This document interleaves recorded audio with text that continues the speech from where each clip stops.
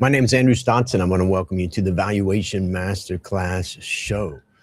This is where I share the things that I've learned about valuation and the types of things that we talk about also in the Valuation Master Class Bootcamp. The next bootcamp begins in February. Can't remember the date, but if you're interested, make sure to send me a message. Let's look at what we're going to talk about here. So today's a Q&A show, and these are the questions we're going to review. How do you calculate and apply? Hold on, let me get myself in there.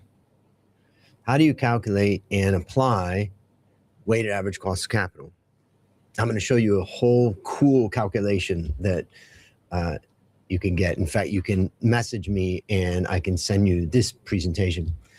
What terminal growth rate should I use in a valuation, and how to use sensitivity analysis in valuation, and why don't professionals use football field charts? Now, this is my question that I put in there because I see a lot of students and people in CFA Research Challenge talk about football field charts.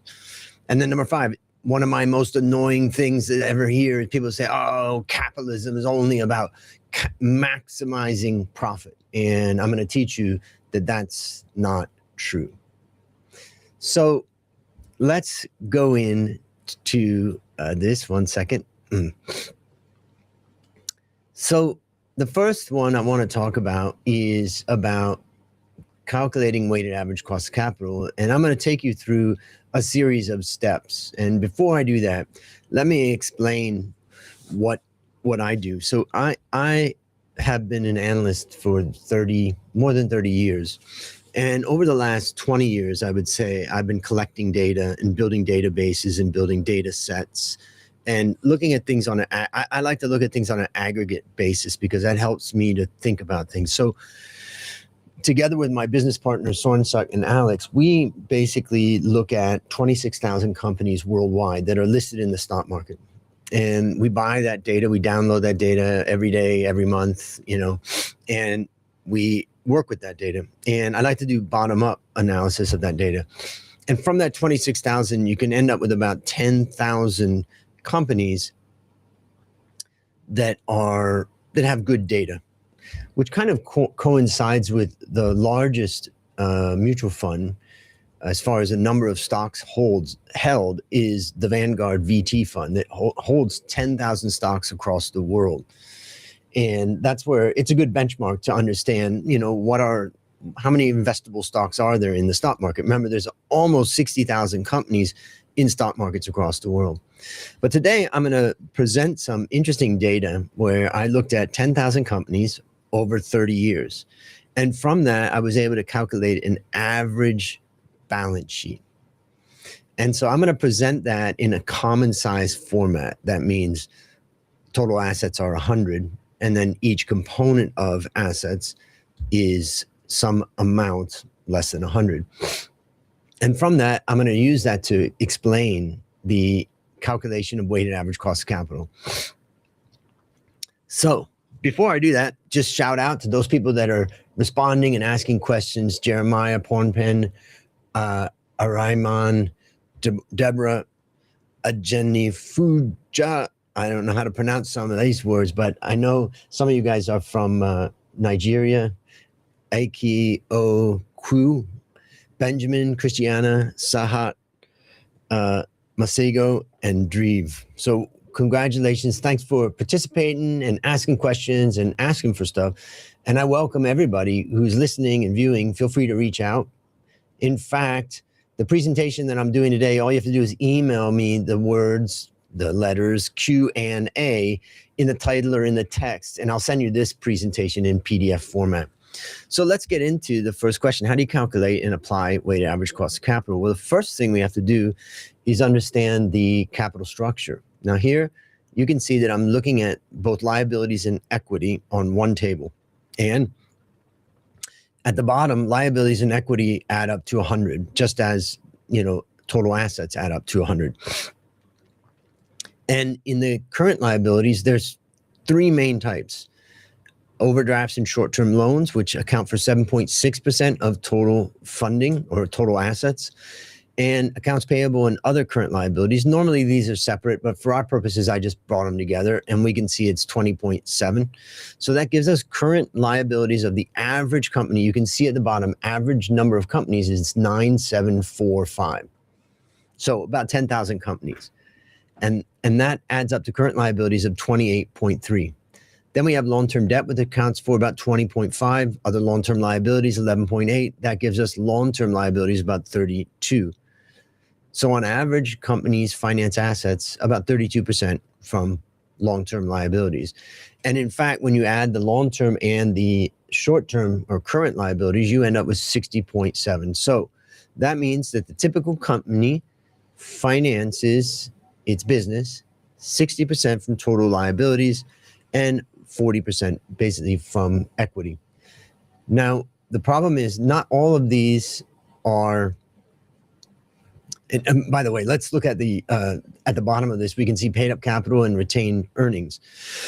Paid up capital is the original amount of capital that was put into the company, and up until right now, all capital that has been raised by companies, by these 10,000 companies, is represented as 16.5%. And retained earnings is all the profits that weren't paid out as dividend and were retained in the company. And that gives us the total equity of 39.3. Now, where it gets a little bit confusing is that when we look at weighted average cost of capital, we look at the interest-bearing liabilities. So overdrafts and short-term loans at 7.6, that's interest-bearing. Our accounts payable and other current liabilities, interest-bearing? No, definitely not. And long-term debt is interest-bearing. So we really can see that it's short-term and long-term debt that's the interest-bearing funding. All the rest of it is what we would call spontaneous liabilities that the company has as it exists, basically. It gets credit terms and the like. So now let's go to our next step. So in calculating weighted average cost of capital, now we need to understand the capital structure. So like I said, short-term debt at 7.6, long-term debt at 20.5. So if we add up debt, it comes up to 28.2. Now, of course, this is the book value of debt. But for our purposes, usually we want to use the market value of debt, but generally the market value of the debt and the book value of debt is not that different compared to equity, which you're going to see. So let's just accept that total debt at book value represents market value, and that's 28.2.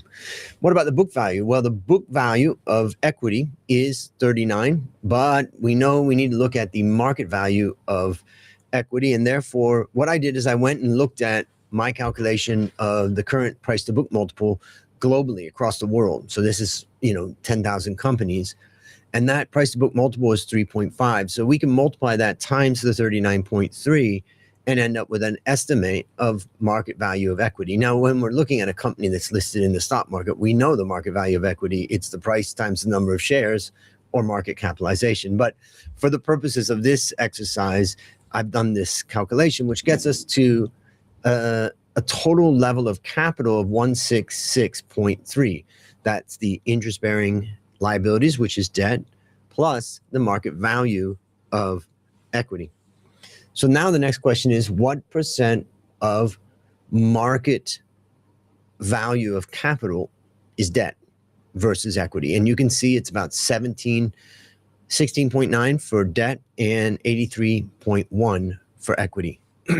Now let's just take a moment there and think about that. About 17% of funding is coming, right? So let's just go back and we'll look at that. About 16.9 is coming from debt, but 83 is coming from capital. Now, that's a little bit of a strange number because the 83 is the market value of equity. And the market, you could argue, is pretty inflated these days. So you have to have in mind the market value when you're calculating weighted average cost of capital, because if the price to book multiple is very high, as it is right now at 3.5, let's say the average price to book multiple is about 2, maybe 2.5. I haven't looked at the average in a long time, but I would say 2 to 2.5. So then the next question is, well, should we use, when we're calculating the weighted average cost of capital, should we use the current price to book multiple? Well, the answer to that's no, but I did it just to keep it simple. But the answer to that's no, because when we're trying to calculate the weighted average cost of capital, the question is, what are we doing with this weighted average cost of capital? Well, we're using it to discount future cash flows. And those future cash flows go to infinity, because the value of a company is all of the future cash flows that company can have, right? Until you sell it, you have a right to it. And so that's the reason why we don't want to use the current price to book multiple. We want to use a long-term price to book multiple. But for our purposes, I'm going to keep it simple and just use the current one, and that is the 3.5. So now we can see that we have a heavy amount of equity, and equity is always more expensive than debt. And so that's going to push up our weighted average cost of capital. So now let's go to the final step in the calculations of weighted average cost of capital. And that is when we're looking at the cost of capital calculation. So I've calculated the average cost of debt of these 10,000 companies, and it's about 3.5% to 4%. So I'm going to use 4% to keep it simple. I've calculated the average tax rate of these 10,000 companies, and it's 28%. So what we need to do is we need to reduce the 4% by 1 minus the tax rate. So 1 minus 0.28, and then we multiply that times 4, and that gets us to an after-tax cost of debt of 2.9. Now, it's important to do the adjustment to make the cost of debt after tax, because when we're looking at the free cash flows, they're after tax. And when we're looking at the dividends that are paid to investors, they're after tax. So we want to get everything on an after tax basis. So now we can then calculate 2.9 times the 16.9% that debt is of total market capital value of total capital. And that basically gets us to 0.5, because it's a very low number, 2.9 times a very low amount of debt in the structure. Now, for fun, I plugged in an estimated cost of capital at 10%. And then I said, okay, 83% is equity. Therefore, we can use 8.3 for the cost of equity component of capital. And we add up the 0.5 plus the 8.3, we end up at 8.8. So about 9%. So here we can see, now, why did I use 10%? Well, because the average annual return in the US market has been about 10%, depending on, you could say between 8 and 12%, but I'll just use 10%. That's been the average annual return in the US. And I think that's a good starting point, because if you're living in a country that you think this is a higher risk or lower risk country, then you can say, I think the long-term return is going to be higher risk than the US, and therefore I'm going to say an expected return of not 10%, but maybe 11 or 12 or something. You don't want to get too extreme on these numbers. You want to end up somewhere in between. Welcome, Deborah. Good to see you, and glad to see your messages coming in. Keep those questions coming from all of you guys. All right, let's go back into this. So now we've got our cost of capital, and it's about 9%. And that makes sense, because 10 is the cost of equity, and we have just a small amount of debt. So there is the answer to this first question. Remember, if you just email me the words Q&A, I'll send you this presentation so you can study it yourself. Okay, next question. What terminal growth rate should I use? Okay, this is a challenging one here. What I've done is I've looked at the average annual nominal GDP growth rate from the 50s all the way through to 2025 right now, so far through the 2020s. And the average has been about 6.5%. Okay, now let's talk about that for a moment.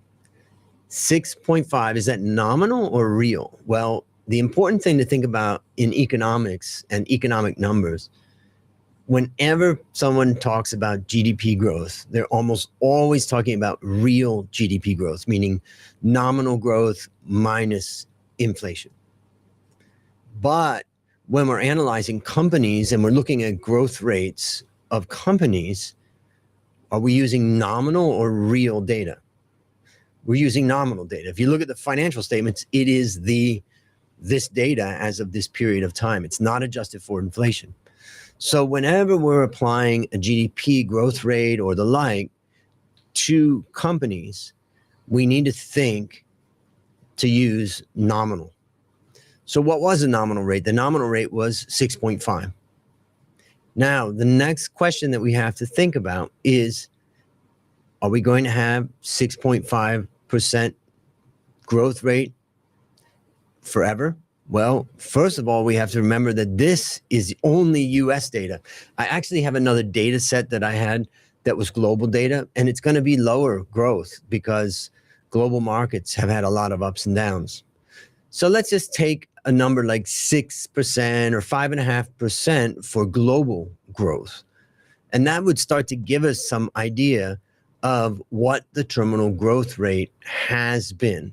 I would say 5.5 to 6.5%, depending on whether you're looking globally, that's closer to 5.5. And if you're looking at the US, it's about 6.5. So now we have to ask the next question, what do we think the growth rate will be going forward? Well, if you're a real optimist like Elon Musk and you say that, we're going to hit a whole new level of productivity with AI and the like, then you could say, oh, I think that long-term growth is going to be higher than 6.5. It could be 7. It could be 7.5. And if you're a pessimist, you may say, oh, it's not going to be that. It's going to be 4.5. So the first question is, what do you think? And I fear that AI is just making people dumber, less smart, not using our brains as much anymore.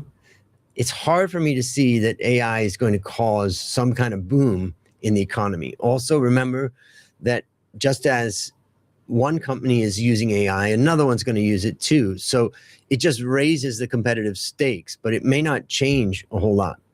So in the case of what I teach and what I do in my own business and in my own Valuation Master Class bootcamp, what I say is, let's assume that the future nominal growth rate is going to be 5%. And if that's the growth rate for the overall economy, then you can't have a terminal growth rate larger than that, because it is an infinite series that would eventually exceed the size of the overall economy. And that wouldn't make sense, that any one company would be larger than all companies. So that's why I tell my students, keep your terminal growth rate between 0 and 5%. And be ready to defend it if you're at 5 or if you're at 0. Now, you could have a negative growth rate, but eventually the terminal period would, the terminal value would disappear. All right, let's continue on. So, next question.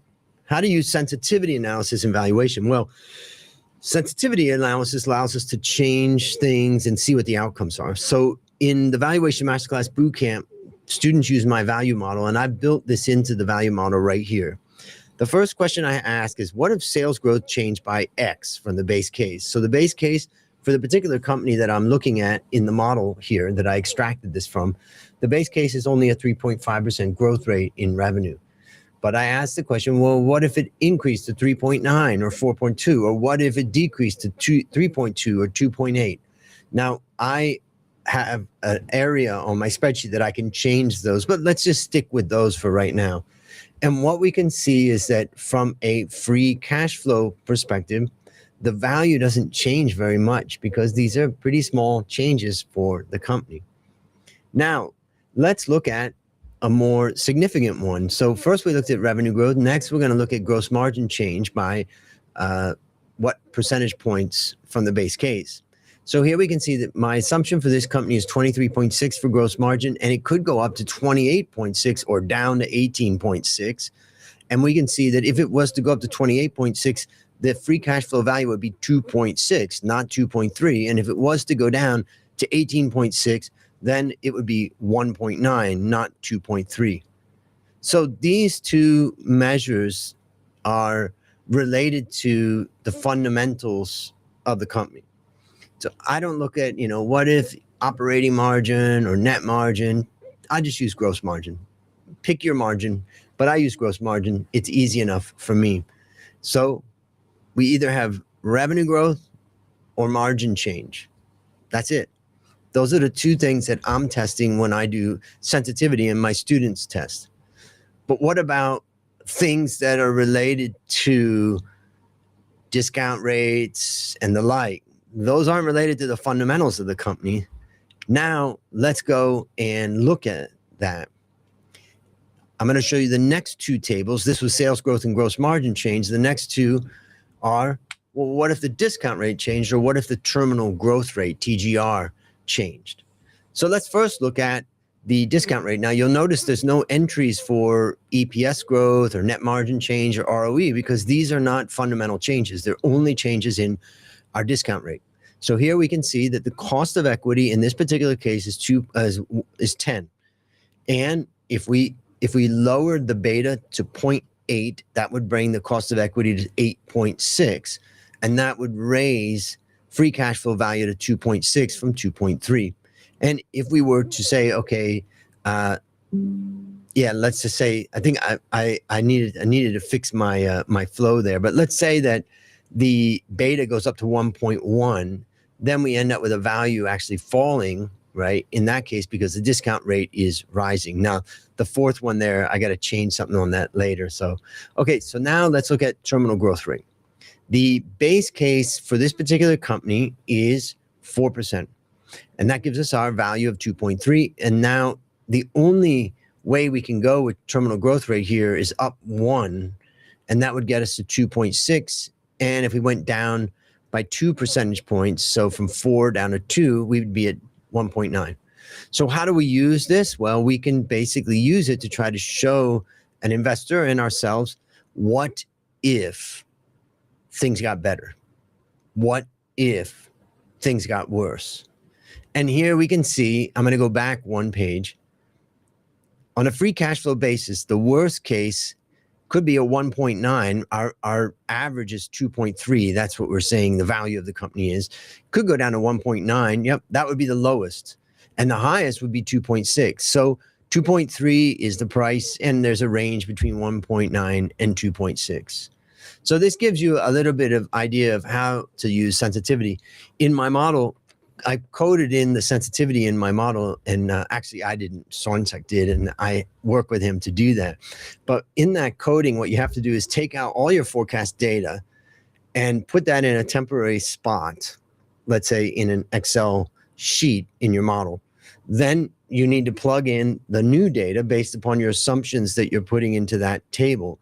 And then you need to extract from the new data being put in all the fundamental and valuation outputs, park that in a sheet, and then you need to take the old forecast data and replace that back into the model so that you're back at the place where you started. Otherwise, you're going to get your model all messed up. And so in order to run the sensitivity in my model, my students know you press the button, it calculates it by extracting the current forecast, parking it, going in and putting in the new forecast, getting the outcome of that, parking it, and then adding the previously parked forecast back in. But we do that all through coding, so you don't really pay attention to it. DP says, though it has a lot of potential, but this AI narrative feels a bit overhyped too. Yes, definitely. I mean, there's two aspects to it, right? One, the overhyped nature is just that they may not be able to make as much profit from it. I think Google will be the big winner because they can bundle it. Even Microsoft's having trouble really standing out, but in the end, they're going to be able to bundle it with their products and services. Whereas ChatGPT, I think you can't exist alone these days. All right, so let's continue on. The next question is, why don't professionals use football field charts? And I just want to explain to you, a football field chart is something like this. I went to the website of fe.training, where they have this football chart explaining what it is. And this is Financial Edge is the name of the website. Check them out. You can learn about the football chart at their website, which is cool. I love all finance websites because everybody's working to try to figure things out. But the reason why I mentioned this one is because in CFA Research Challenge, as a judge in the past, I've seen students present their football field charts, and it's almost meaningless to most professionals. And that's because we know that valuation's not calculated that way. It's not like, let's take an average. This one's high, this one's low. The truth is nobody really knows what's the way to value this company best. We think we know. We say, okay, this is going to be on PE. This is going to be on price. Banks are valued on price to book a lot of times. Property companies, PE, industrial companies or consumer staples, maybe discounted cash flow. High dividend payers, maybe dividend discount model. Lower ones could be free cash flow. And then after that, what we then come up with this long list, or their football field. And just because we have that list doesn't mean we're right. And we don't know what each of those valuations are. So we can say that if we don't know, we don't have great accuracy in valuation. It's nice to think that we do, but we don't. And the result of that is that the average of estimates doesn't mean that is right. And I think a lot of people look at averages and think that, well, if this stock, I value it at $50 by this method and $150 by this method, therefore value should be 100. No, there's no logic in that can support that. An average is just telling you a midpoint. So that's the reason why football fields, a seasoned professional doesn't see a lot of value in a football field type of chart. All right, so I did see Deborah said, can you walk through free cash flow to firm and free cash flow equity? Yeah, I'd love to do that. Why don't we do that next Friday? And I'll add that for it. And I'm going to walk through it because I have a great way of explaining it so you can see all the detail in even more detail. Last time I went to free cash flow, but I want to compare free cash flow to firm to free cash to equity. DP says, without it being built into the model, sensitivity analysis is going to take a lot of time and effort. Yeah, sensitivity analysis is something that is the benefit of using a professional model like the one I use. The second benefit of that is that I have error checking. And I would say I never would build those things into models when I was an analyst because there's no point. I'm not trying to scale up and cover 1,000 companies. I'm just going to cover 10 to 20 companies. So you could argue that there's not a lot of reason to do that. All right, last question. This question is kind of annoying to me because I hear a lot of young people say capitalism is about maximizing profit. I'm sure you probably heard that before. Well, that's nonsense. And anybody who repeats that doesn't know what they're talking about. And I'm going to explain to you why. And I'm going to do it through a simple formula, a formula that every finance student knows very well. This formula shows us that the value of a business is the sum of the discounted cash flows. The profit is in the numerator and the risk is in the denominator. And ultimately, business value comes from the future cash that's expected to generate, adjusted or reduced or discounted for risk. And that's what a discount model does. So managers maximize value by balancing higher cash flow with acceptable risk. And this diagram helps us to understand that it's not about maximizing profit. It's about maximizing profit and minimizing risk. So actually what it's about is maximizing value. So the next time somebody doesn't have knowledge of capitalism comes and says, you greedy capitalists, all you care about is maximizing profit, that's wrong. Or if somebody comes to you and they say, yeah, those guys are just trying to maximize profit. They're cheating. They're paying bribes to the government and stuff. Well, the fact is that by getting a higher cash flow, but doing it through, let's say, corruption that could eventually, be revealed, that could destroy the company. And so the end result of that is that We have to value. It's not enough just to say, I'm going to maximize profit. Let's just say that you say, okay, I'm going to cut everybody's salary. I'm going to cut all the marketing budget. I'm going to maximize profit. Fine, but you're going to increase the risk of the future cash flows of the company, and therefore you're going to destroy the value of the company. And your job is to maximize value. Wow, we covered a lot of stuff today. I want to thank you for joining. Now it's time for me to wrap it up. But for those people who want to join the Valuation Masterclass Bootcamp next time, just send me a message. You've got my emails. Hold on, let me just put my thing up front. Remember, you can email me at Andrew Stotz, and then I'll reply to you there, and I'll also send you this. But if you're interested in the Valuation Masterclass, make sure that you reach out and talk to me about it. That's the final episode for this week. That's the Q&A episode. Remember, if you want to build a competitive advantage in company valuation, join us in the Valuation Masterclass Bootcamp. Next one starts in February. My name is Andrew Stotz, and I hope you have